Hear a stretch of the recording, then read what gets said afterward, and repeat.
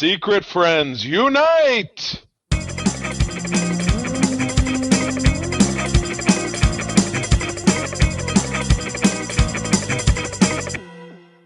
Welcome to the Secret Friends Unite podcast, episode 458. This is your guide to the geek side, and I am one of your hosts, Todd Oxtra, joined by Charlie Carden.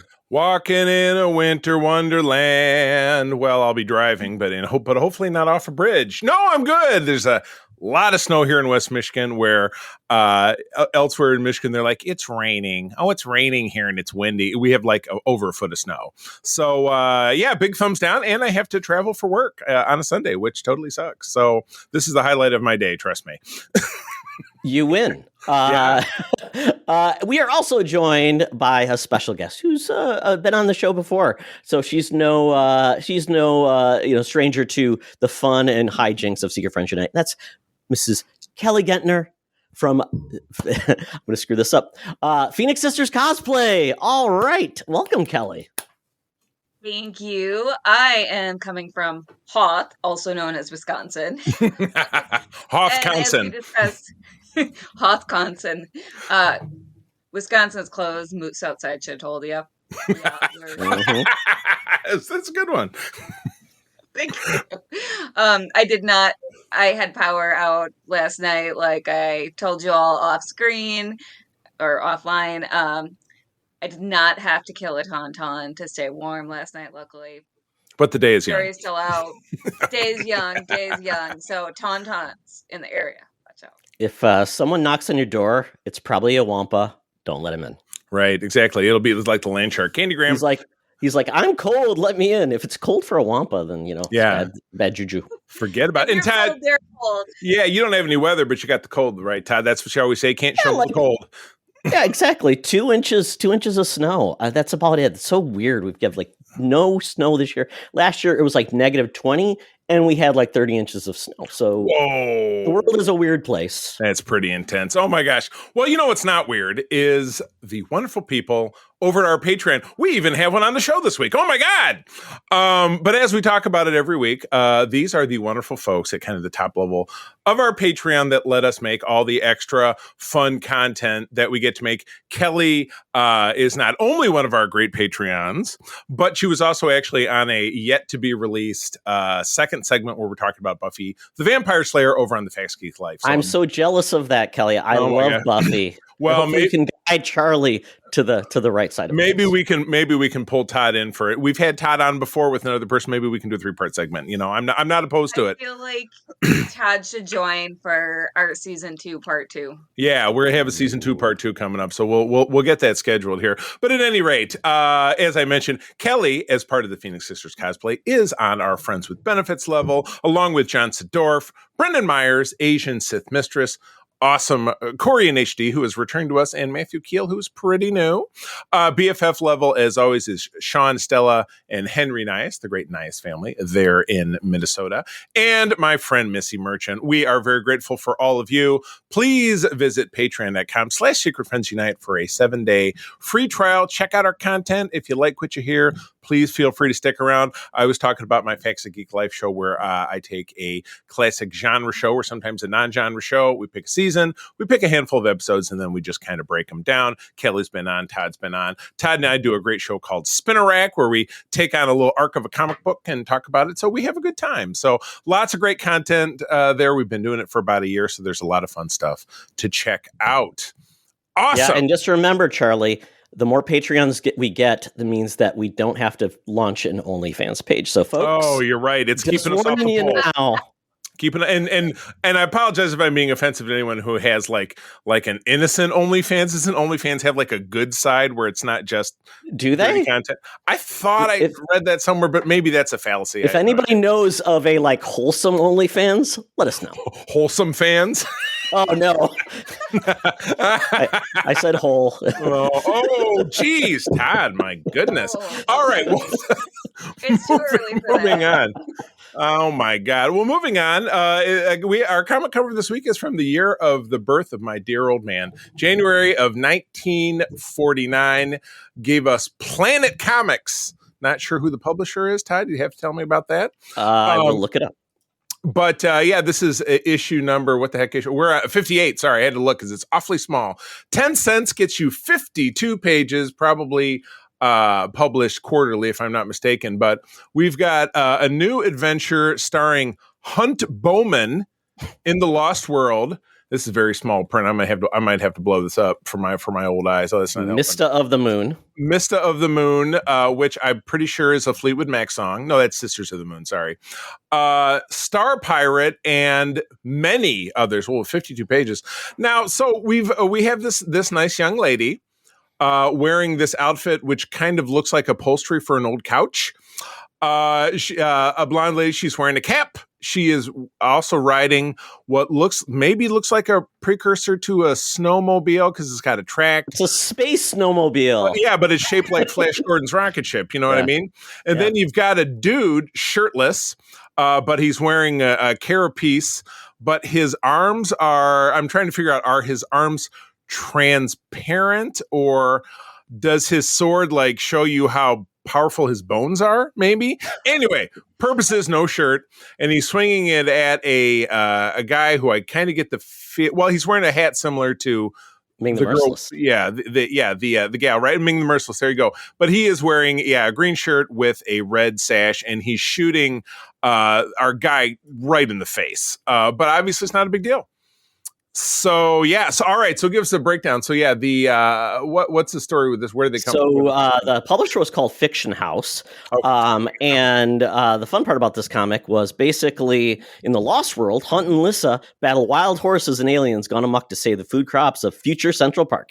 The Star Pirate is intrigued by efforts to revive the hibernating crew of a Venusian spaceship, and Mista is enlisted to help evacuate a prison planet, but the convicts have other plans. Wasn't Mista? Wasn't that a show from the 90s on the WB? I don't know, but 52 pages, full color. Oh, very nice. So good job, guys. I mean, very nice. That's 10 cents. That's a lot of entertainment. That's less than half of a penny. What's 52 cents divided? What's 52 pages divided by 10 cents? Math me. 0.05. 0.05. 0.05 cents per page. Would be math. That's why I made him do it. Todd, that's Todd's. We're geeks. We're geeks. We're supposed to be good at math. No, that's nerds. Nerds are good at math. Yeah, geeks are not good at anything except for bringing up irrelevant facts. Actually, push up your glasses. Oh yes. Oh wait. Oh, there you go. All right. Well, that's someone who my head is filled with. Exactly. Facts. We are wealthy in with really fun trivia. It's embarrassment of useless knowledge. Anyway, someone who is both a nerd and a geek and still kicking it at 124 years young, talking about our senior news correspondent, about to be a major movie star in about a month. When the Madam Webb film comes out, we are talking about our senior news correspondent, Madam Webb, down at the corner of Hollywood and Vine with all of our latest scoops. So let's go for it. Now it's time for Madam Webb's rumors and news. Take it away, boys. Thank you, Madam Webb. Madam Webb perked up when she heard OnlyFans. She has a new website that she's on. It's called OnlyFan because she can only find one person that wants to see her on a regular basis. In any way, shape, or form. Literally, because she's... Madam Webb has found the fountain of youth, though, now. True. Because she's now Dakota Fanning, right? Or not Dakota Fanning, Dakota Johnson. There we go. Apparently that was like in her rider. She's like, I get to pick a person who's playing me. And there you go. She saw 50 Shades of Grey. 50 Shades of Webb. Yes, exactly. Oh, my God. Oh, well, something that's not quite so humorous is the trailer for this film. And Todd, you dropped this on our Discord earlier this week. I will admit, I think I watched it a couple of days later, but it was with the sound off, which was like, all right, well, the first minute of the trailer is kind of like, oh, there's a bunch of people talking and somebody abducts a kid who's a ballerina. And you're like, oh, this looks terrible. How sad. I hope nothing happens to the kid. But then we get to, this is like probably a 2.5 minute trailer, right? You get at least a minute or a minute and a half in, and that's when all the talking stops and you find out that the kid is big old scary vampire. Oh my gosh! So yeah, And she's just got bad teeth. I think she's just so happy. She's just got bad teeth. she's spending all her money on the ballerina lessons. Oh my goodness! Which so yeah, is so funny she's because her dad's a dentist. So why does she have bad? Oh, that's true. oh boy, a bad dentist. He's her dad's a billionaire. Oh my yeah, God. billionaire dentist. Yeah, I was going to say, you know, I know a lot of No. dentists and they do well. My daughter actually just started dental school last week, so I guess it's a big industry. But anyway, their last name is Invisalign. oh, So gotcha. It's Abigail Invisalign. She's a part of the Invisalign fortune. The dynasty. Oh my goodness. But we kind of got a cast of millions here. So Todd, I know right off the bat, Kevin Durand is that guy actor that you see in a lot of stuff. Of course, you got Giancarlo Esposito, who is famous for Star Wars and Breaking Bad, many, many other things. And then it's filled with a lot of that guys. So it's like, hey, it's that guy. And it's that the blonde gal is really somebody I've seen in a lot of places. The one, there you go, and the new Cassie Lang. She was with the blonde hair, threw me off. The woman wearing the mask who goes to speak to Abigail was in the Scream film. She was the one who just got fired for controversy, saying something controversial. She got kicked off the list. Well, that's the sister, right? The sister is the one. Yeah. The older sister is the one that got fired. I thought it was this one. Differences. Yeah. So, and this is by the directing team, I believe, called Radio Silence, who directed Scream, the last two Scream films. And the Ready or Not, which is a movie that we just watched recently that April absolutely loves. Great flick. Yeah. Absolutely great flick. Yeah, so this is nuts. When does this drop? April 19th, so right after my birthday. So I'll be looking forward to that. That is my son's birthday. He'll be 24. Very exciting. Happy birthday.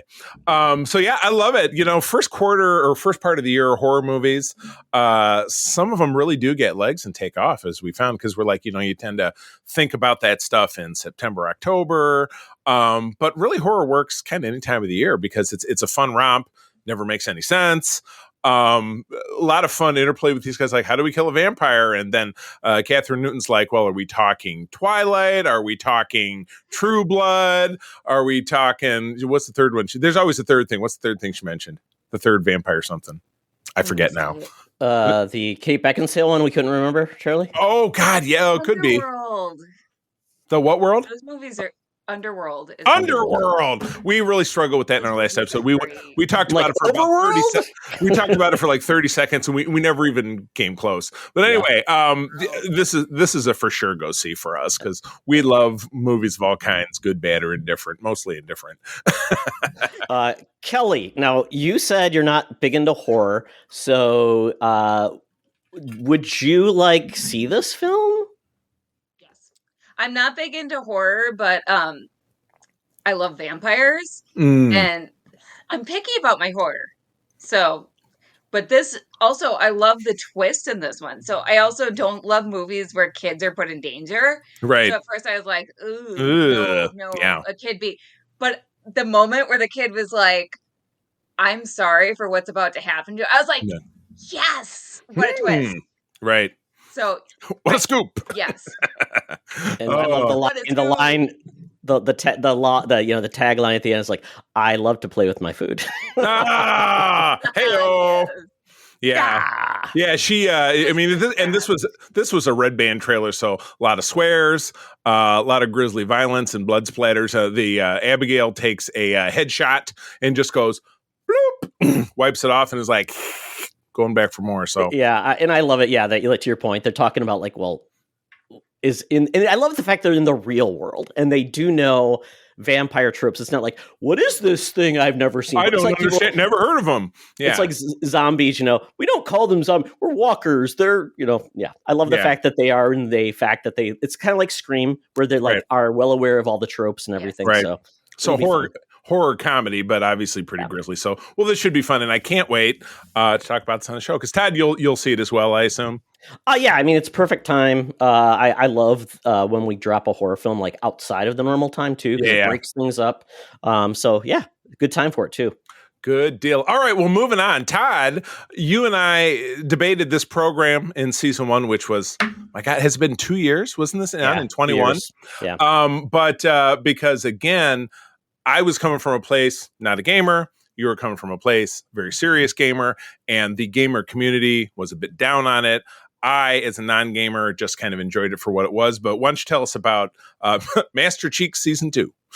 Yeah, so Halo 1, yes, Master Cheeks, that's what I've deemed him, because he is, Kelly, you'll love this, he actually is nude a lot in the show, and that's one of the things that Master Chief is like the super soldier, raised his children. Yeah, and they're supposed to never take even off their helmets, but Master Chief's like, screw it, I'm taking everything off, look at my butt. Yeah, I mean, it's not, and you make it sound like he's just, you see his ass in every episode. I just don't feel like it was that much, but good news is, spoiler alert, it's nice ass. I can say that, it's not sexual. Exactly, and the guy who plays him was in Orange is the New Black. He was Porn Stash, Orange is the New Black. Exactly. The positives, I think the show is acted well. The budget's not the greatest, but they do well with what they have. And this series is not canon. They called it the Silver Canon line. It's kind of like the Star Trek. Like Kelvin. It's essentially Kelvin. Trek, So it kind of frustrates a lot of core fans because they feel like, well, it's not what I want, but they're like, they already told you this is not going to be the same. So season 1 is like a prequel where it tells you about everyone, kind of sets everything up. So I think that was the other problem. It took forever to get where we want to go, and that's kind of where we're headed. So essentially, we ended where we finally have the Covenant, who's the big bads that are gonna now strike, make their presence known to all of the colonies of Earth. And the big part of this show is called the Fall of Reach. So Reach is this planet. Jack Reacher? Yes. Nice. So the humans have colonized it, and it's whispered about that this was really the start of the war with the Covenant, and in the Fall of Reach is huge. It's like, this is what decimated humans, put us all on our best behavior to go out and take on the Covenant. So that's what this is all going to be about. And there was actually a Halo Reach game the same way. It was all about, you were in there, and the game ends on a downer. Essentially, everyone dies, and that's the thing that makes me excited about this, because we know where it's going. Kind of like Rogue One? Rogue One. Yeah, like Rogue One, where you know it's not going to go well. So this is kind of like the Empire Strikes Back of Halo, but it means a lot to fans, and I'm excited to it because, as you've seen in the trailer, there's a lot more action. There's a lot of big moments in this, so I think that's what the fans will bring everybody in. And Charlie, I think you'll love it because you like the first season with its troubles. Oh, totally. And Kelly, you're the one who said, I don't care about Halo. You saw the trailer. Did it change your mind at all? Yeah. Break it down. It looks pretty interesting. It looks very space opera, which I'm total Star Warsy. I thought, looked very Coruscant and, very much like Mando, and some of the dark spots that he went to. That was the first vibe I got when I was watching it. And I can understand why they would break the rule about not taking your helmet off, because that makes it really hard to, like, Mando ran into that with him not taking his helmet off. It makes it hard to show emotions. It's hard when you're translating it into a series. It is a challenge. I mean, Pedro Pascal's not even in that show anymore. I mean, it's just he's Darth Vader now, because they've just got some of the dude wearing the suit. Yeah. That's why Pedro Pascal is in everything. You're right. Exactly. He's got lots of time. That's why he's going to maybe now be Reed Richards. That's another rumor. That's where that, obviously we're not talking about it because it's not been confirmed, but that's a rumor that's going around. Pedro essentially in 5 hours knocks out a whole season. He's done. Yeah, exactly. He moves on. Well, like I said, he moves on to his next show where he has to save a child from danger. That's his entire career. That's his brand. He is just grumpy dad. Grumpy dad saving the world, saving a kid. Sad dad. That's a new genre. That's the genre that everybody loves. Sad dad. That's very true. That's a very big genre now. Which is so funny because he's not a dad. And he's not sad. He's a very happy and joyous person. He is very genial individual. So yeah, that's funny. That's real acting, man. That's real acting. So well, cool. And so Todd, are we? I was looking. Do we get a date at the end of this one? February 8th. It's very soon, like right after the Super Bowl. Yeah. Oh, gotcha. Okay, good deal. Good deal. Kelly, all right, I would say if you're curious, watch a season 1 recap, like those that are like an hour long, tell you what you missed, or less than that. And if you are interested, okay, but are there cheeks in the season 1 recap?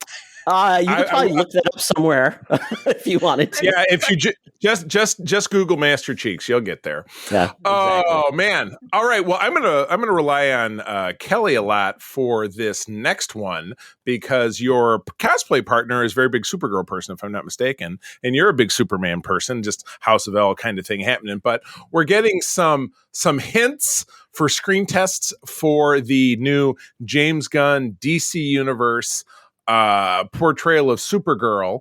Some names that I don't know. I probably, if I scroll down, I'll recognize faces, but we're getting names like Millie Alcock, Amelia Jones, and Meg Donnelly swirling around in the mix. So Kelly, talk to us about Supergirl. Where are you at with this? I mean, looking at these faces, what do you think?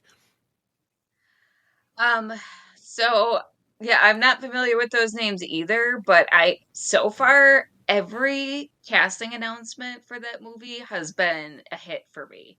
So I trust James Gunn. I mean, I'm cautiously optimistic because DC has not done well in the live action. But I really want them to get Superman right. We haven't had a good Superman film since the Reeve films. Oh God, true. And not even all the Reeve films, let's just stick with Superman 2. Yeah. Oh, I mean, I love the third one, but I don't think it's widely considered to be great. But I'm a huge Richard Pryor fan. The third one's fun, but it's not a good film. That's was the only one that didn't have Lex Luthor in it too. That's funny, right? That was because your villain was what's his face, the corporate spokesman guy? What's Robert Vaughn. Robert Vaughn, yeah, exactly. That movie also gave me my first real scare in a movie when I was a kid when the sister Robert Vaughn's sister gets snagged by the ropes and she gets robot eyes. That scared the shit out of me. The movie came out in 1983, I think. So I was 7. Oh yeah, that really scared me. My goodness. And I can talk your ear off about how Superman is still relevant today. Totally. People are like, oh, well, Superman's not relevant. But okay, so well, do you want me to talk your ear off about it, or should we take? Well, I think actually that would be. I think Charlie, we don't always have an extra guest on Spinner Rack, but I think we could do a special on Superman. Yes, and maybe talk about some stories that where Superman has been excellent and people need to know more. So I think that would be a good. Let's book it. We could really go all in. We'll save it for the Patreon. Good news is, if I didn't mention it, our Patreon, and because I do it and Todd do it, those older episodes do find their way onto our network feed eventually. Absolutely. So even if you don't end up partaking of the Patreon someday, you might certainly hear that conversation. But yeah, Todd. I scrolled down to the picture. I do recognize the woman on the extreme right as being the younger version of one of the main characters. I'm forgetting the names of the characters on Princess Rhaena Targaryen on Hot D, House of the Dragon. And then the other two women are familiar-ish. The blonde woman with the very formidable eyebrows, she looks super familiar. She was in that Disney Zombies. So if you know those zombies, the Kelly, do you know the Zombies series on Disney? We haven't watched it. But it's goofy. Disney Zombies sounds so sanitized. Ooh, they're Disney zombies. It really is. The zombies are yes, they're dead, but they're just green, and people don't like them. It's kind of like class culture. Yeah. And they sing and dance. Oh, delightful! And Millie Alcock is the one all the way on the left, and I'm not. Not ringing a bell. Right. Oh, all the way to the right. The one on my left, as I'm looking. I'm sorry, in red with the dark hair. No, the one to the right is the young princess from Hot D. You and I are looking at it backwards. The one in the red dress with the dark hair is the one that I'm not. Is okay. Then the caption is reading it. The caption is flipped around. Correct. It is opposite. Yeah. Yes, it's opposite. So that must be Meg Donnelly then, and I'm not familiar. It is Meg Donnelly. Yeah, Meg Donnelly. I could not tell you what she's done, but the funny part is, Donnelly. She's in the zombies thing. Zombies. Okay, I'm wrong, but she has played Supergirl, the voice actress of Supergirl, in the DC animated film Legion of Superheroes and Justice League Crisis on Infinite Earths Part 1, which actually just dropped. So maybe I'm completely wrong because they have them completely out of order in the picture. Right. Yeah. Good. Great work, guys. You had one job. The guy writing the slug line. Yeah. So that would be Amelia Jones is the brunette, I believe. Okay, gotcha. So, this film, Superman Legacy, is going into production this spring in Georgia with, of course, David Cornsweet in the titular role. Rachel Brosnahan, who I'm forever in love with, is Lois Lane, Nicholas Hoult, Lex Luthor, and yada yada yada. Oh, Isabella Merced, who's on the rise, a star on the rise right now, and of course Nathan Fillion as Metamorpho. Isn't he the guy? He's kind of gray and red and green, and he's all stretchy. Am I thinking of the right? DC? Metamorpho is the man that has all the elements. Oh, okay, I thought gotcha. Nathan Fillion was going to be Guy Gardner. He is going to be Guy Gardner. Oh, then this is wrong too, because it says, oh, wait a second. No, it gives the names and it says playing respectively. Okay, very good. So okay. Metamorpho will then be Anthony Carrigan, Isabella Merced will be Hot Girl. Okay, well, you know what? I guess not only are they having a problem with their slug lines, I do not like to read complete sentences. So we're in great shape. We're in great shape. So what we'll do is there's always links to the articles we talk about. So folks, decide on your own if we're completely wrong. Just don't. Yeah. Skip it. I don't know if you've read the comic. Was it Supergirl? The one that we read? Yes, the one we read. I can't remember the title of it. But it was kind of excellent. It was kind of saucy Supergirl on an adventure. Oh, yeah. Supergirl, Woman of Tomorrow. So that's what the movie is going to be based on with Supergirl. It's one of the best stories I've read.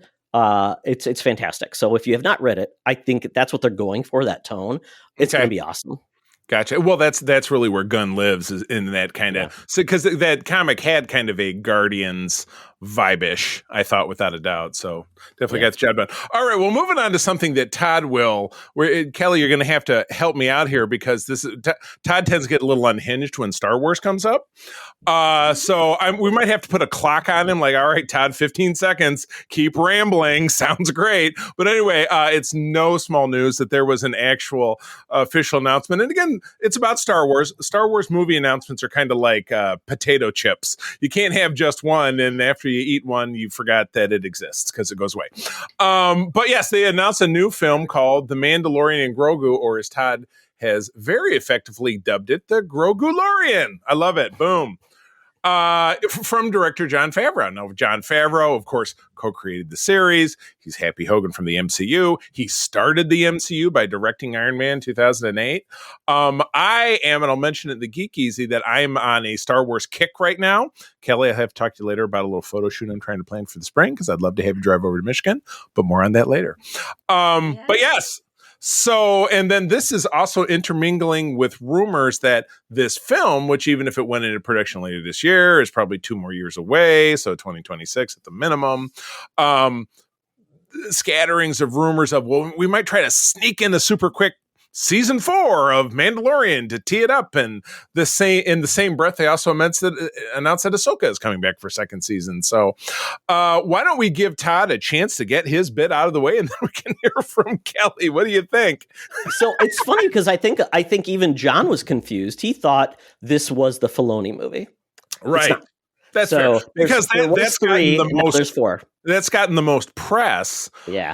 Because, Ahsoka wrapped up on a cliffhanger, and Mando season 3 really didn't. He's just kind of chilling there. And then, Book of Boba Fett is out there, and, other programs happening. So, but yeah, this really did end up kind of coming out of nowhere. So Todd, as the ever loving Star Wars skeptic, where do you land with this information? I truly think this is season 4 of Mandalorian. I don't think you're going to get. I think you would, quite honestly, I think you would water down the property to go to a film when you say, here's 4 seasons and then here's the movie. I think this is why they left season 3 the way it did, where it's kind of like it's status quo. Yep, nothing's going on there. Something will drive them to have an adventure. Mm-hmm. And what I'm hopeful is that this adventure will not be tied into the Heir to the Empire stuff. It'll feel like more of the original seasons, where it's just like all new people. We don't know anything. They're just going on an adventure, self-contained, and they don't have to feel like, oh, by the way, did you see all those other seasons of all those other shows? Did you see to watch those? Did you see the Clone Wars? Did you? Or Ahsoka or Boba Fett or all this. So I'm hopeful it will be self-contained, a fun adventure, and it will have probably maybe more like in the Yoda quest scene, where it's like maybe it's a quest to find like his genealogy of Grogu, Yes, where he came from. Yeah, Grogu. Like, hey, somebody found a clue on this planet and blah blah blah in the such and such sector that this is where the Yoda species, the Grogu species, came from. Yeah, and let's go check that out. Because we've obviously gone through the past of he doesn't want to be a Jedi. He wants to follow the Mando. So I'm fine with that. But it would be cool for him to find more of his heritage, more about his culture, things like that. Because if it's an adoption story, if anybody knows anything about when you adopt a child from other cultures, that typically the ones that are the parents that are really respectful of their children, they try to get more of their culture, try to introduce. I have friends of the family, they've adopted Korean kids. They go to Korea every year so their kids they actually help their kid find their their birth mother, which was amazing. My friend Tamara, who has been a friend of mine almost my whole life, she has an adoptive Korean daughter. Tamara still does a video every year that they send back to the birth mother. And she sent her to Korean camp all while she was growing up over in the Detroit area with other kids from Korea. So it was So you're totally correct. So you know what, Todd, you kind of pulled me on the left field on that one. I like your idea. I'm impressed. I'm impressed with the no, you didn't yuck it. So good for you. Well, good for you. I'm fine if then they come back and join everybody in the Filoni movie. Yeah. Because totally. I just hate it when there's so many. That's my biggest problem is that with the Filoni movie, I'm going to worry that it's going to be 85 characters. Easter how does anybody get any time? Yeah. It's not going to have any character development. It's just going to be a bunch. It's going to feel like The Rise of Skywalker, which meant it was like that was a 5-hour movie they put into 2. Yeah, right. Exactly. Bigger story here. So Kelly, you are of course a Star Wars fan. What's your vibe? Yeah, I agree with that. And it's similar to the problems facing the Marvel universe right now, where you have to do homework before you can enjoy any of the movies. And that hurts me to say because I love the Marvel universe. Yeah, it's just too big. But you can't sit down to enjoy a movie anymore unless you've watched like 50 shows. And so I agree that the beauty of The Mandalorian is that if you've watched everything that comes before, you enjoy the little Easter eggs that, are in there. And it's rich with the lore of the Star Wars universe. But it's also just like a Western in space. And they're doing their thing. And they just... So I agree that I don't want to see Grogu and Mando on the big screen. I want to see season 4. I want to see what they're doing. I want to see them doing their own thing that, maybe we get a little bit of crossover with other characters, but I don't need to see a whole bunch of lore that I'm like having to watch all the other series, which yes, I am watching the other series. And a lot of us have, but again, Todd, you and I have talked about the quadrants, right? What you really want to do is touch the normal people out there who maybe are like, oh, Baby Yoda's cute. Like my wife is a huge Star Wars fan, but Baby Yoda, she gets sucked in of all of Star Wars. Right? There's a cute droid. There's the Ewoks. There's, Grogu. There's blah, blah, blah, blah, blah, blah. But you need more people who are of that, like, well, I'm kind of casual Star Wars, but I ended up watching The Mandalorian because it's on Disney Plus, and that's what I know. So that's what I can enjoy. And that's how they're going to have a hit movie, like something going beyond just absolutely, what us, hardcores really dig on. Yeah. If you want to bring in everybody, you make it as streamlined, as simple as possible. Right. And then you really can bring home the big money, which this is why Disney's doing this. This is the biggest home run they can do. It's very easy because it's a property. They don't have to worry about pissing off fans, really. I think everybody will be in this that likes it, and I think this is where you get people back to the theaters to see Star Wars. And Disney is doing this because they realize streaming doesn't make them money, but movies do, and then they can get more subscribers when the movie hits Disney Plus. So it's people are going back to the old ways where it's like, Yeah. Showing you that the entertainment industry is the big wheel of time. It's the wheel in the sky, baby. Cue the song. So finally, we're getting into a show that I'm completely obsessed with. Talked about it last week on our 2023 wrap up. We just did a watch through to the point that is good timing because we watched a cutscene movie of which I've watched before, Battlefront 2, because April and I were doing some costume talk and planning for a photo shoot. And then she said, "You know what? I'd love to see a cutscene thing of is The Last of Us." it's between 3 and 5 hours long, depending on the cut the that game? you find of the game. Yeah. So we're watching the 3-hour version. We're almost done with it. But yeah, totally obsessed with The Last of Us. Again, Pedro Pascal, grumpy sad dad rescuing a kid from a world of disaster. So Todd, now we're getting into the season 2, which is the second game, which you forewarned me is even more heartbreaking. So tell me about this news. Holy cow. Yeah. And this is very exciting. And I am curious how they're going to approach part 2, because part 2 is essentially 2 stories that kind of parallel each other. So they could break it up, and season 2 could be like one story season, or they could alternate. So I'm curious how they're going to do this, because there's no Last of Us Part 3. So because of that, I don't know and I know they would love to have more seasons of the show. So I'll be curious how they do. They were supposed to have a Last of Us like multiplayer online game with story and everything. That's been canceled. So, and typically these games take anywhere from 5 to 7 years. Well, the last one came out in 2020. So that would mean the earliest would be 2025. Unless they share the story, like they could do a Game of Thrones where they share like, this is what we're gonna do. And since the creator of Game of Last of Us is a writer and part of the show too, that could work, because he said, this is what we're gonna do. And so this is part 3, but I can guide you through it, because it's not like George R. Martin was there, writing the show as it went along. This is a completely different experience. So I think this could be successful. But the cool part about it is we have 3 new cast members that have joined the cast. So one of the big ones is a character named Abby. Caitlin Dever is playing her. Now, Abby is known in the game as someone who is a large physical presence. That is part of her nature. She is imposing. She views her body as a weapon. So yes, she works out. She wants to be prepared for the worst. And Caitlin Dever is not. So it will be interesting. I'm sure she can find a coach like. You're talking about like Tom Cruise Jack Reacher versus Alan Ritchson as Jack Reacher. No, she's going for Alan Ritchson. Right. That's my point. Yeah. But it sounds like, Caitlin Dever is potentially not Alan Ritchson. Correct. But she can find a fitness coach and get her ripped, and it'll be fine. Rip it up. So that is one of the characters. I don't want to give you any information about Abby. You'll find it out. You'll be but unless you want to watch the cinematics of season 2, that's up to you too. No. So that's one of the characters. Then we have Dina, another character. She's one of Ellie's closest friends in the sequel, played by Isabel Merced. Fire. Isabel Merced's everywhere. Yeah, and she was in that Door in the Lost City of Gold. I've heard that's a fun movie. Oh, it totally is. We saw it. Yeah, it was totally fun. Yeah. And then we have beef star Young Mazino, who's going to play Jesse.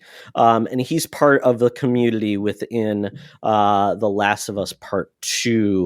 And I don't want to give anything more. These are great cast members. I'm very excited. This is going to be amazing. It's going to be a long time. It's probably in 2025, I believe, is when the show's coming back. Mm-hmm.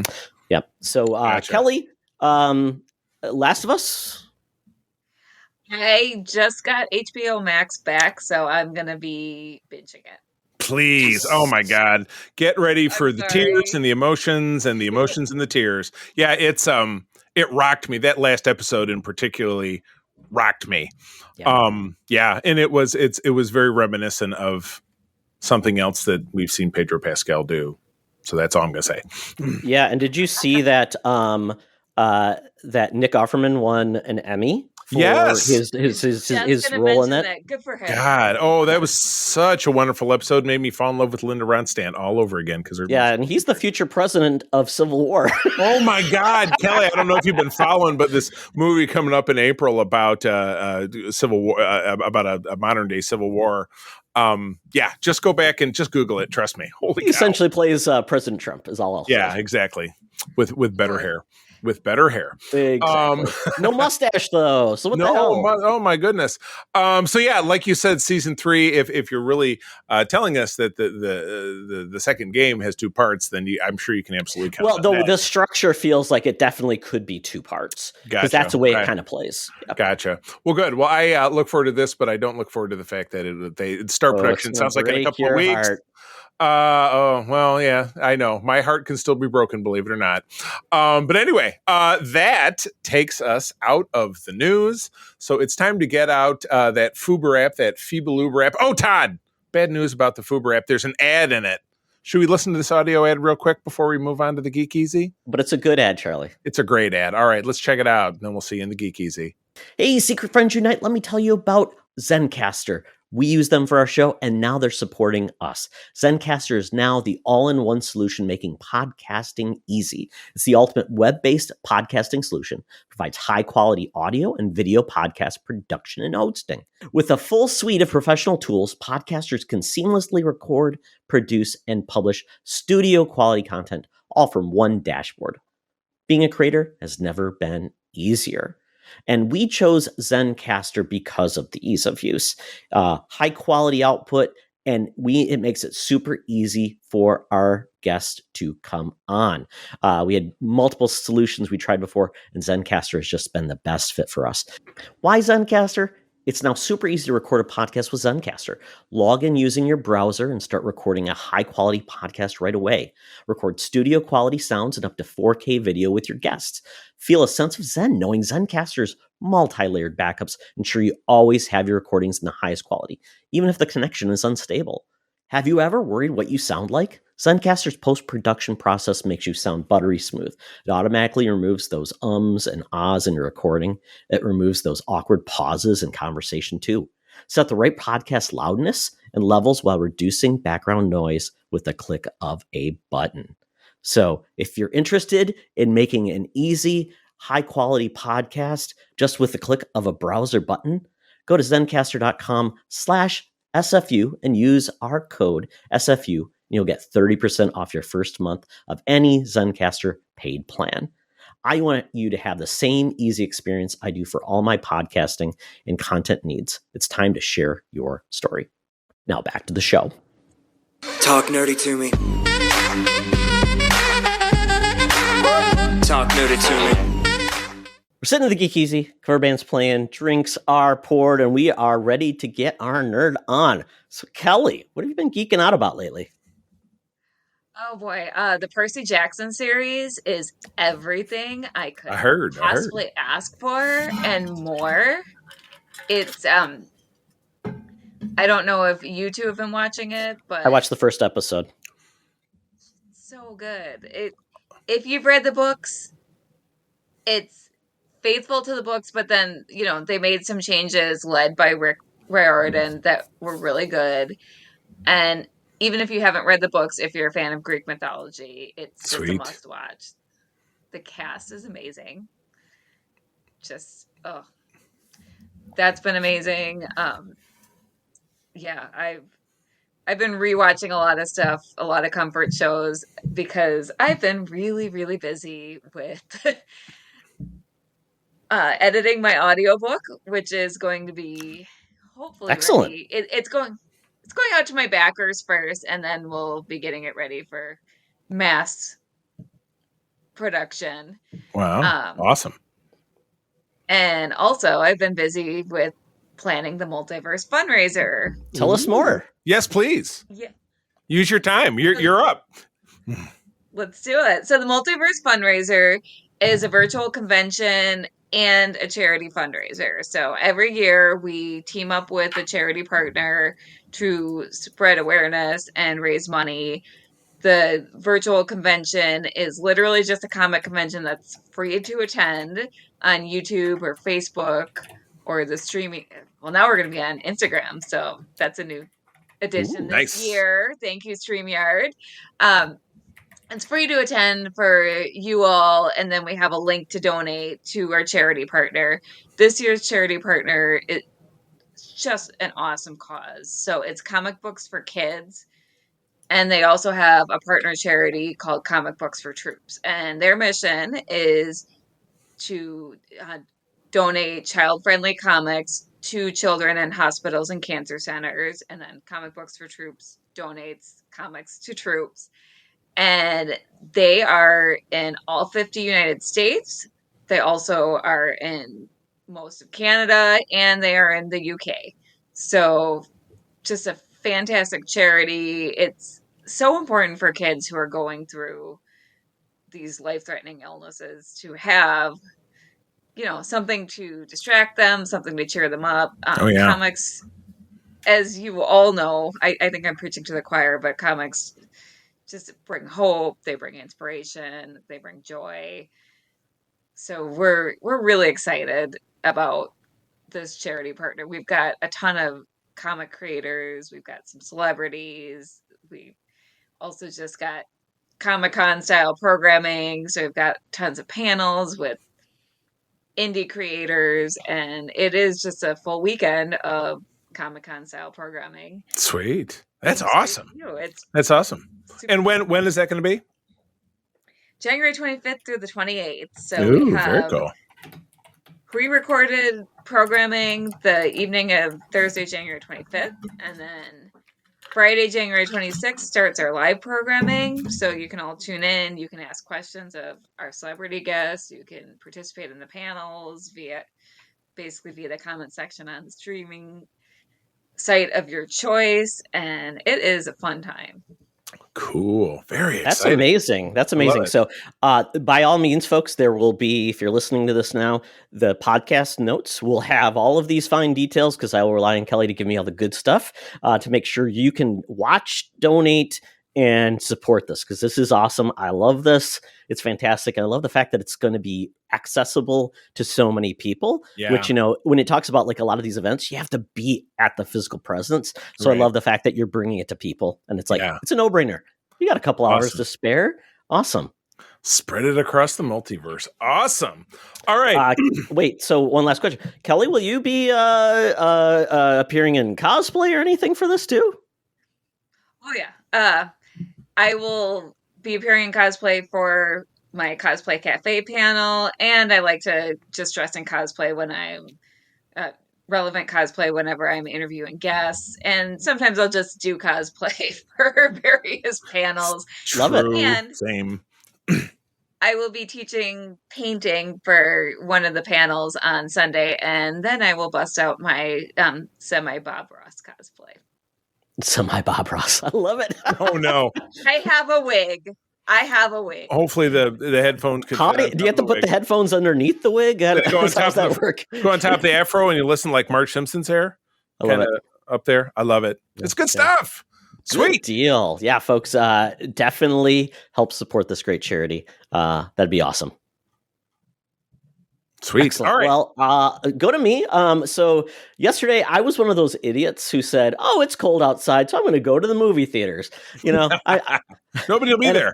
Apparently, I was not the only idiot, because there was many people that were, especially families, who went to see Wonka. This movie is doing amazingly well, wow. Cool. Especially for a musical, which most people didn't even realize this was a musical, kind of like Mean Girls. Mean Girls, the new one, is a musical. It's based on the musical, not the movie. And a lot of people don't even realize it is. It's so weird, because people are like, oh, it's a musical, won't do well. But I'm like, I think musicals do pretty well most of the time. The movie with Timothée Chalamet, and this is a prequel. I normally do not like prequels, but in this case, this was a joy. This movie was so fun. Almost all original songs. And I will say they saved the one iconic song for a moment that I wasn't expecting. And it was perfect the way it was placed. Heartfelt, amazing actors they picked for this very British cast, excluding Chalamet. Charlie, if you ever start watching, I know you're going to talk about the show, Ghost UK. There are a ton of actors from Ghost UK in this too. Like, Ghost UK. Yeah, it's phenomenal. The villains are over the top, silly and fun, but also kind of menacing. And Hugh Grant, even though he's not in this movie a lot as the Oompa Loompa, is fantastic. It's a joy. And the best way I can say about this movie is how it worked. As I was leaving the theater, I heard a little boy talking to his dad and going, Oompa Loompa. So I'm like, oh, nice. They won. They got this for kids. And I think this is a great addition to the original Willy Wonka, the Chocolate Factory. I think it adds in, because you get to see how. Yes. Yeah, I think it's great. It's well done. A lot of joy. Timothée Chalamet is just so much. He's like the guy you like, even though he's kind of doofy, you know he's going to find a way through. He's kind of like the MacGyver of chocolate. Is the best way to put it. You know what? Go ahead, please. I had an argument with a moron online who just insisted that musicals are not part of geek culture. Oh, what? I saw your screen clip from that one. What? Why? No. Why have such a pointless argument? I mean, it goes back to Monty Python, the Holy Grail. Yeah. So they have the musical theme. Now Star Trek. Oh my gosh, Todd, what you just described? Things that he was like, oh yeah, I forgot about Rocky Horror Picture Show, but that doesn't count. I forgot about this, but that doesn't count. They have a song in there called Science Fiction Double Feature. What could be more sci-fi than Todd? Quick sidebar about this movie. Everything you described, great British cast, somewhat fun, bedoofusy, menacing villain. It's what Cats would have been like if it was good. Oh my God. I have not seen that movie, Charlie. I won't. Oh, I mean, half the budget went to cat butt.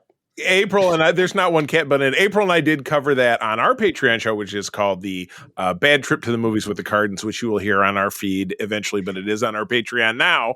If you visit patreon.com/Friends Unite for a 7-day free trial. Look at how I would be surprised if people actually start making Cats a thing because of Taylor Swift, because she's in it and she's everything right now. So I'm like, she's in that movie. Why isn't that movie like getting another release? She's in it for 5 minutes. Yeah, the butthole. Oh, really? Oh, yeah. Okay. Yeah, she's in it for 5 minutes at the end. She has a number. Yeah, it's real bad. I will see that movie gets re-released this year, and then it becomes like the number one movie in the world. Yeah. Oh, it's a double feature with the Eras tour. So, Kelly, did we cut you off at all? Morbius because it got memed. Yes. Oh, God.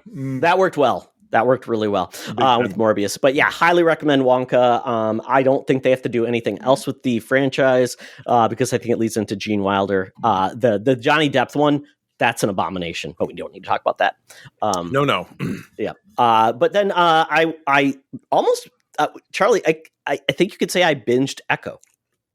We watched 4 of them in one setting and then went to bed and watched the 5th one the next morning. So it was like, it came out on Thursday? Tuesday? But I got home Thursday. Yeah. I got home Thursday and I was like, let's check this out. And we got sucked right into it. Then we had to go to bed, got up Friday morning, finished the last one. Totally awesome. It's excellent. I mean, I was so nervous about this when we all were, because it's getting dropped one day. I thought, my God. It's going to be a stinker. Yeah. Well, and they also, it would make me think that they didn't have confidence in this or wasn't good. Yeah. And I feel like this is the exact opposite. This feels like it takes the best of the Netflix series, also adds in some of the, I think more fantastical is the best way to put it. Which the MCU 1000% did not expect. I'm like, no, even from that opening sequence. Again, Kelly, I assume you're going to watch it sometime soon, which is why we're going spoiler free. But the whole opening segment, I was like, almost wanted to back button. Am I watching the right show? Is this Eternals Part 2? Yeah, I'm like, what? This I better not see. Salma Hayek's character show up, because it absolutely felt like they were like, but Echo was about this, kick-ass girl in the Kingpin world breaking people's faces and stuff, and that's not how the show starts. That's all I'm gonna. No. So trust me, when you watch the first 5 minutes, you'll be like pushing the info button, like, oh, hold on, let me back button here and start it again. Which actually, quite honestly, I liked, because it upset my expectations. Precisely. Which was perfect for the show. Kind of like said, we're not going to hide that there's something more to this series than we are. So it's putting it out there. But this series is amazing because not only did it create ASL, American Sign Language, with respect. Apparently the cast learned American Sign Language to speak to our main actress. Many of the people within the show all spoke ASL because they grew up with Maya. They knew her in the community. She goes back to Oklahoma essentially to hide out. This is essentially a direct sequel to Hawkeye. Yeah. Where, which is cool. I like that too. I wasn't sure where this was going to take place. And I think the other part is this dealt with, she is Choctaw. In Oklahoma, dealt with that. She was back in Oklahoma, and it dealt with the culture in a way that is amazing. Right. Really effective. Off, yeah. Yeah. And this is a new take on Echo. So Echo in the comics, really, her power is basically like Taskmaster. She could echo abilities and do those. She does not have that ability in here. Yeah. She's a trained fighter. And I also want to say the cast is amazing. Biscuits made me laugh my butt off. He's a goof. He's fun. The Russ, I can't remember the name of the ex-boyfriend of the grandma. He's an iconic. I know he's an actor. iconic Native American actor that you see, and he's that guy. And yeah, it's on the tip of my tongue. I know who you're talking about. And he was absolutely hilarious and funny. And I love the fact that this didn't feel like, oh, it's going to be like all up its own butt about Native American culture. True. They did avoid that. It was very good, but it also said these are real people that aren't just that's their only thing. They have real people. And I love and I tell you, the other part. The action sequences with Maya, she is a badass. I mean, I sometimes struggle with people and how they do choreography and fight. She owns it. You feel Big the time. Pain, and she is amazing. So I cannot say enough good things about this show. It makes me feel more positive. We get more of this influence with Marvel going forward.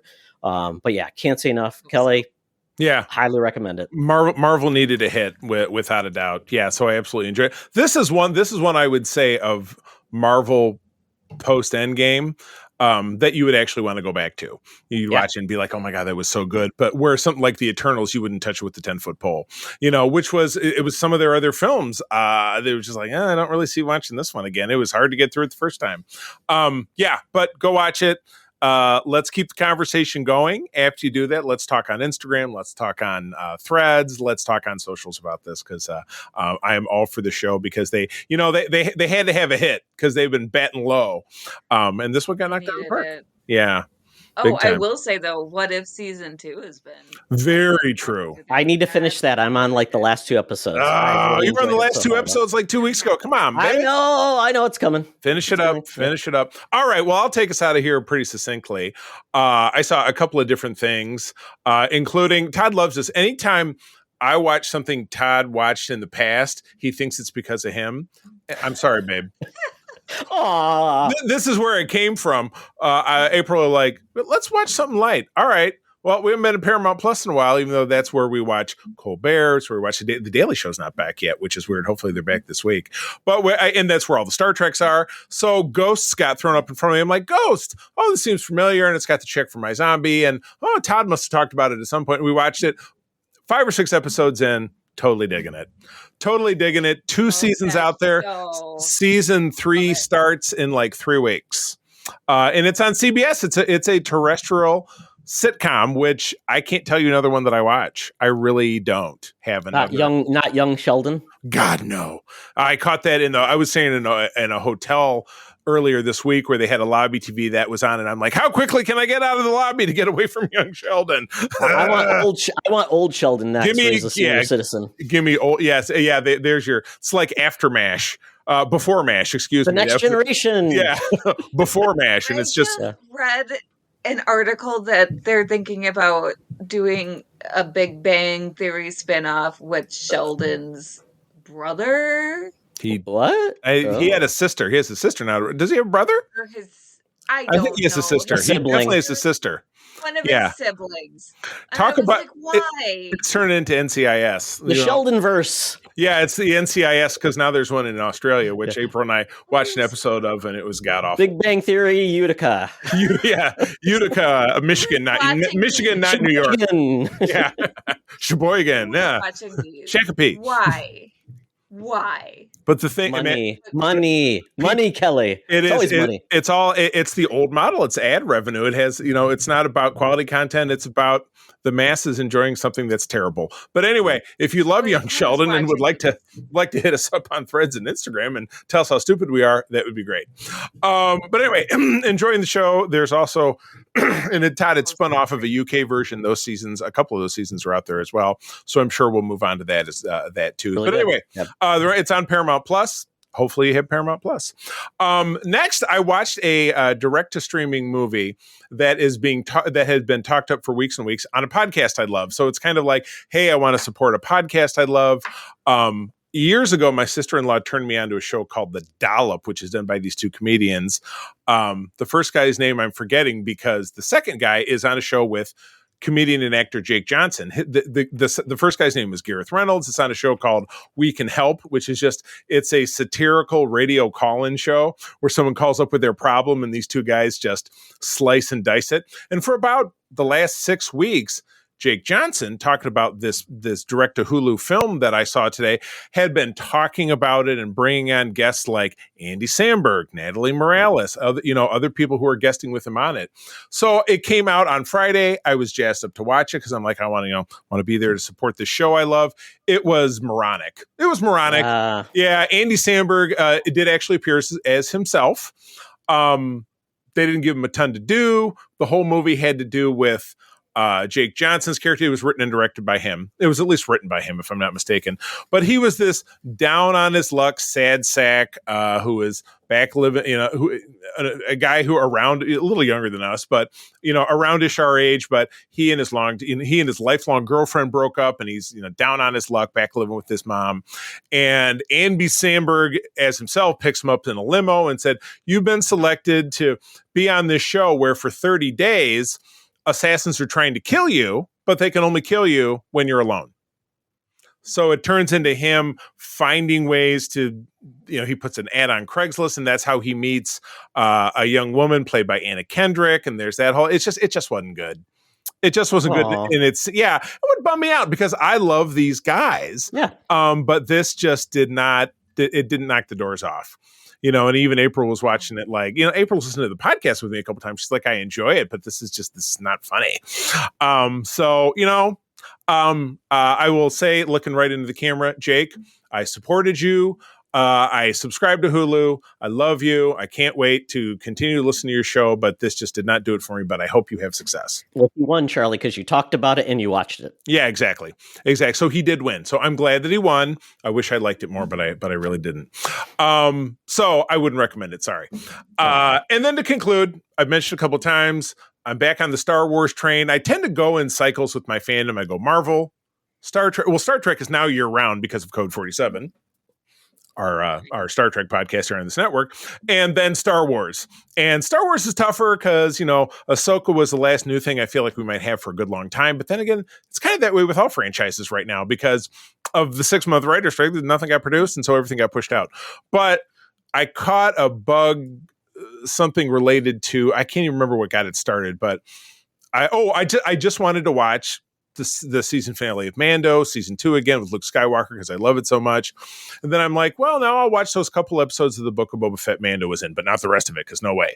And then I watched season 3 of Mando, and I found it. And Todd, I know that it was your big disappointment of 23, but watching it again, it harkens back to my regular partner over on Code 47, and Kelly, she's a friend of yours, Jen Watson, who's with us almost every week, has said, I love Star Trek, she always says, but you know what?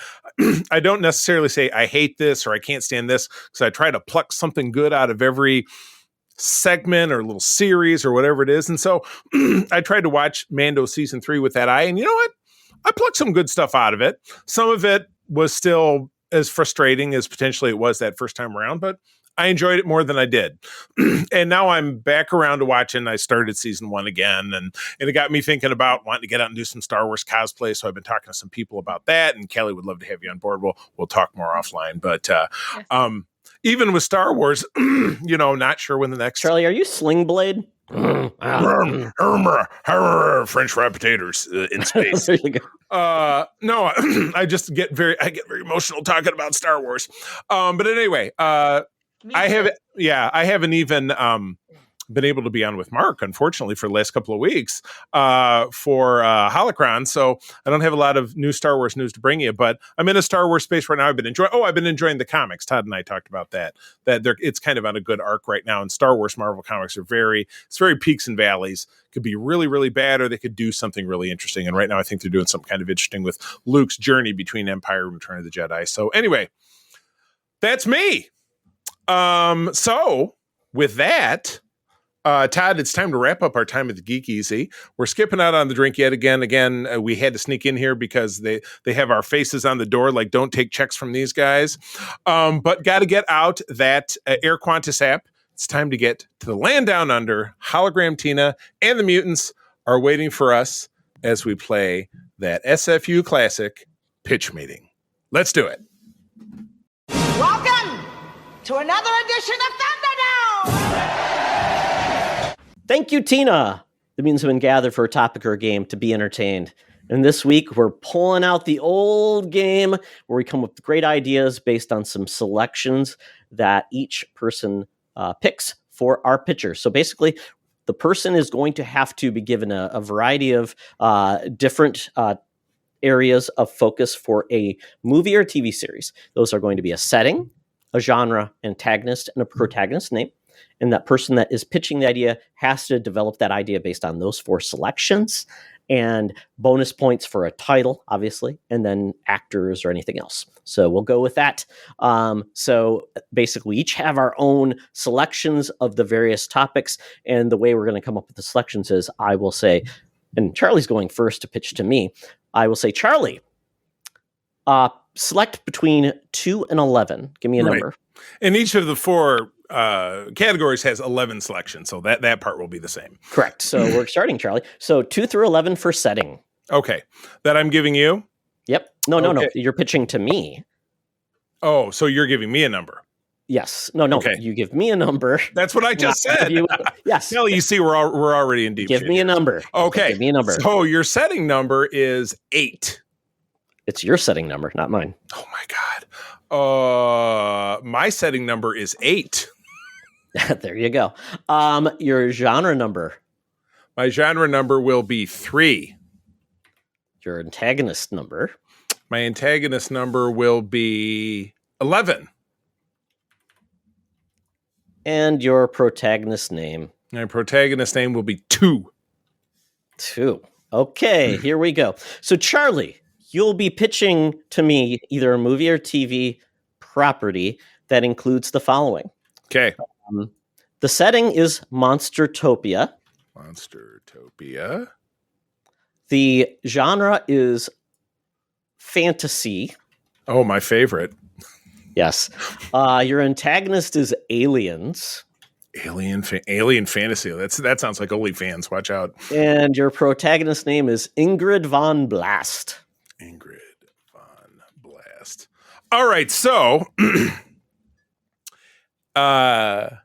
in this 1978 fantasy film, it's a prequel to Aliens. Oh my God. It read right into Alien, which came out in 1979. So it's Alien, not Aliens, but there is a colony of man that it's actually where the Nostromo, which was the freighter in Alien, is going to. Now, you didn't know this. Maybe they used a code name or whatever it is, but it's going to this place called Monstertopia. Okay. It's in the next star system away from Earth.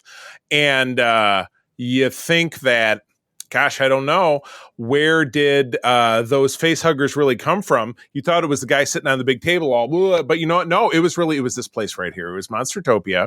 There is a crazy lab where your evil corporation, Monstertopia and Spices and Tire Repair Incorporated, is creating a new life form. Okay. And this new life form, it's kind of like if somebody was growing a mosquito. It has no purpose, and all it does is destroy. Well, this becomes our xenomorphs from Alien. Okay.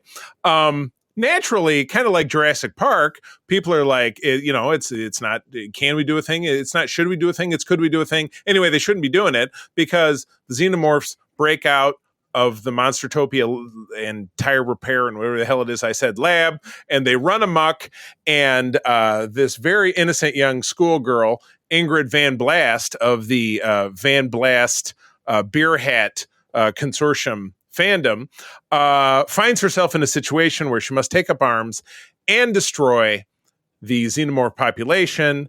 And the star of this film is an AI composite of the 3 actors who may be playing Supergirl. So who was that? I don't remember their names now, but it's the 3 of them. So there's your bonus points for an actor name times 3. But it does have AI, but no xenomorphs. The xenomorphs are all practical effects, and money was given to a local animal rescue shelter. So it's good publicity because AI is bad.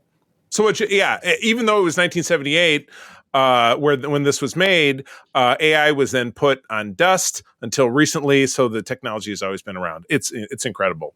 All right, how'd I do? Well, I'm going to deduct points because there were no fantasy elements of this. I mean, it's fantastical that it's on a planet where there's and it went backwards in time. All right, fine, you got me. Yep, I would say deducting points. Did you have a title for this thing? It was Monstertopia Xenomorphs weekend at Van Blast's. Kelly, you can weigh in too. I mean, I don't know if we're gonna agree. Charlie, I'm gonna say I appreciate your passion, but you might want to workshop this one. All right, that's fair. All right, that's fine. I'll take it. I'll take it. Writers. Yeah. Kelly, what it typically, when you're pitching to a publisher, when they're trying to be nice to you, what do they typically say? Nothing. There you go. That's so right. We'll keep it positive, Charlie. Because what's the old expression? No news is no news. Yes, exactly. No news is bad news. Yeah. My postage was returned. Oh boy. no longer at this address. no, return to sender. Oh my goodness. All right. Well, obviously I need to go back to the drawing board on this. All right. Who's next? What happens next? I believe I think because Charlie, Charlie, you are going to be judging Kelly. So I believe Kelly, you are to me. Yeah, I pitch into you. So, okay. So Kelly, go to your tab and make me choose my numbers. Okay, choose your numbers. You're giving me numbers, right? I will. Yeah, you tell me to pick, and I'll give you the numbers. Yep. Okay, pick your setting number. I'm going to go with magic number 6. All right, that is Ninjaville. Ninjaville. Woo. Boy, best of the Villes. All right, pick your genre number. I'm going to go with 9. All right, that is fantasy. Oh, don't get it wrong this time. What was that again? Oh, okay. And pick your antagonist number. I'm going to go with 3. All right, aliens. Oh, jeez. We're kind of. Is this a redo on Charlie's? Oh, this could be. No. This could be my redemption arc. It's all aliens all the time for pitch meeting. Yeah. So many aliens. All right. And then pick your number for your protagonist. I'm gonna go with 10. All right, 10 is Claudia Wolfsbane. Well, there you go. Okay, that's a little bit better. Claudia Wolfsbane. That could be a red herring or a plot device that's supposed to distract you. Yeah, I'm stealing that for a novel. There you go. You can take any of these, Kelly. I won't even charge you. Please, you can have all of these. Just credit me. Yeah. Or not discredit me, but credit me to say, Please take Ninjaville because that's the winner of the. Inspired by The Wing Beneath My Wings, Todd Oxtra. I love Ninjaville. A blurb somewhere. I'll give you credit. Claudia Bring it on down to Ninjaville. I'm just gonna change my name to Claudia Wolfsbane legally. Yeah. Oh yeah. There. I was thinking about changing my name to Joey Handshake. That's one of the other characters. Lance Manley has always been the one I've wanted. Jaden Butterbeer. I don't know. I love these names. Lay it on me. Okay, so this is going to be an animated film. Think of this is going to be by the people that made Mitchell's versus the Machines. So you can kind of get a feel for that. So this is going to be about Claudia Wolfsbane. She is part of a family of werewolf killers, but she doesn't want to be a werewolf killer. She actually really likes werewolves and writes fan fiction about them. So she is a disappointment to the family. They're like, "What are you doing?" So it's one of those things where she's always felt like there's got to be a better way. I want to really be a ninja. So she decides that she is going to, when she hits 18, she is going to, drop out of werewolf university and go over to, basically 3 states over is Ninjaville. And Ninjaville has her favorite ninjas. She loves the art of ninjutsu. She loves the costume. That's what she cosplays as. And people are like, what are you even doing? That's disrespectful to werewolf hunters. So she decides that's what she's going to do. She's going to pack up her bags, go there, ride her unicorn because it's a fantasy movie. That's as a unicorn. That could have sealed the deal for me. Yep. Damn So she's taking her buddy unicorn, who's also kind of like her comedic sidekick. So they have funny jokes. Chewbacca. The unicorn farts rainbows. That's great. That's how it's powered, right? Exactly.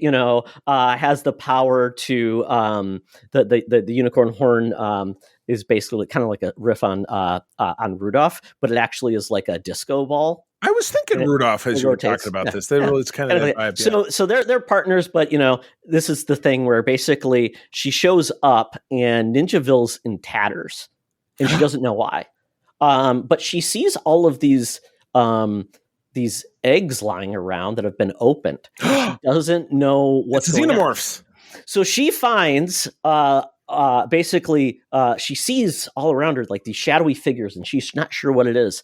And then she finally comes upon the surviving town members of Ninjaville, and they look like they've been beaten up. So, but the leader of the town has survived, and they captured one of the aliens and they're trying to study it, see what it is, and they actually end up befriending it. And it kind of becomes like Stranger Things, with the Demogorgon baby, kind of like that, but less gross. And so they realize that their skills and just ninja alone aren't enough to take out the aliens. So it becomes a hybrid where the werewolf hunting skills that Claudia discovered are being bled into ninja skills. So they basically combine into a hybrid skills of so basically becomes Wolfja, and they create a new martial arts called Wolfja. It sounds like it's like a dance craze. Yeah, so they essentially she gets we get a montage of her training. She learns ninja skills. She trains them. Yeah, gotta have a montage. Even rock ahead, a montage. Exactly. And then they fully accept her, they give her ninja outfit, but it is specific to her own heritage as a wolf hunter. So she's got all the accoutrement of the wolf hunter people, like you think of like bandoleros, so she can have like things. And because they're not really, there's nothing to kill aliens, we find out that the aliens are affected by sickness because somebody's got the cold. So they end up like securing a sneeze into like little bombs or like little ninja, those smoke bombs that ninjas use. That's full of sickness and flu or whatever. Or alternate take, could they just be full of farts? Because everybody's got a weakness. Sure, yeah, that's another weakness of the aliens is unicorn farts. So okay, good. So they put it in those little bombs, and then they make it. Seems like you turn an easier laugh for that. Yeah, so that's all. Instead of throwing stars, they use like throwing almost like Nerf boomerangs, or so maybe starfish. It could be, yeah. So that thing, and then everything comes together. The news comes out that Claudia helped save Ninjaville. Her family hears about it, and they accept her. And actually, the two towns decide that they're more successful if they blend their cultures together. 3 states apart. So and the name of this movie is called Enter the Wolfja. A coming-of-age story for the masses. Top shelf. How did I do, Kelly? I am signing you. Rubber stamp it. Feel good holiday movie of the year. Stop drilling. You've hit oil. Very nice. Yes. Very nice. Very nice. Okay. Right. Awesome. So Kelly, so basically it's your turn. Charlie, Kelly, you'll pick your numbers based on Charlie's list. All right, Charlie, 2 for the setting. Your setting is Burgerville, which was a video game from the 80s, wasn't it? Burger Time, and also a Good Burger. All right, your genre number 4 will be lucky number 7. Oh, are you picking numbers for me? Okay. Oh it's shit! I'm number sorry. 7. I got thrown off. Your lucky number is not 7. I got very confused. All right. Yeah. Give me a number for genre. 4. Space epic. Oh yes. All right. Number 6 for the next one for the antagonist. Oh man, the military / government. Ooh. So All right, sad nobody and my- picked Evil Corporation. I would have been fired up about that. Oh well. My protagonist name is 8. Protagonist is called, oh, this is perfect for you, Angel Devil Kiss. Go! Yes. Thank goodness you got like new things to talk about, because if you got aliens and those again, be like, oh crap. All right. So we have Burgerville, Space Epic, and Government, military, and Angel Devil Kiss. all right. So let's do this. We are going to go with Burgers from Outer Space for a title. And Angel Devil Kiss is from Burgerville in a world where all the burgers are from outer space. And the burgers eat people. In Rand McNally. Burgerville is a colony on Mars. And it is run by the military. Evil military. Basically, Angel Devil Kiss is just a citizen of Burgerville working in the military version of McDonald's, and everything seems fine. Military McDonald's. Oh, I love it. Commandant Grimace. Who else can colonize Mars? Okay. That's true. Right. They're running out of locations. They need Grimace. Yeah. It's going to be Mars brought to you by McDonald's and Amazon. So, you know what? They think that it's just the U.S. military has colonized Mars. They think it's a peaceful mission until they realize that the military has discovered that there are Martians living under the ground. And the military does not have peaceful intentions towards the Martians. And they also realize that the ingredients of the burgers are not cows. It's Soylent Green Martians. The secret sauce. It's the Martian secret. Oh, the secret. It's no longer a secret. No longer a secret. So Angel, started out as like this apathetic teenager, but befriends a Martian and starts to get empathy for the Martian race because it was their home first. Hello.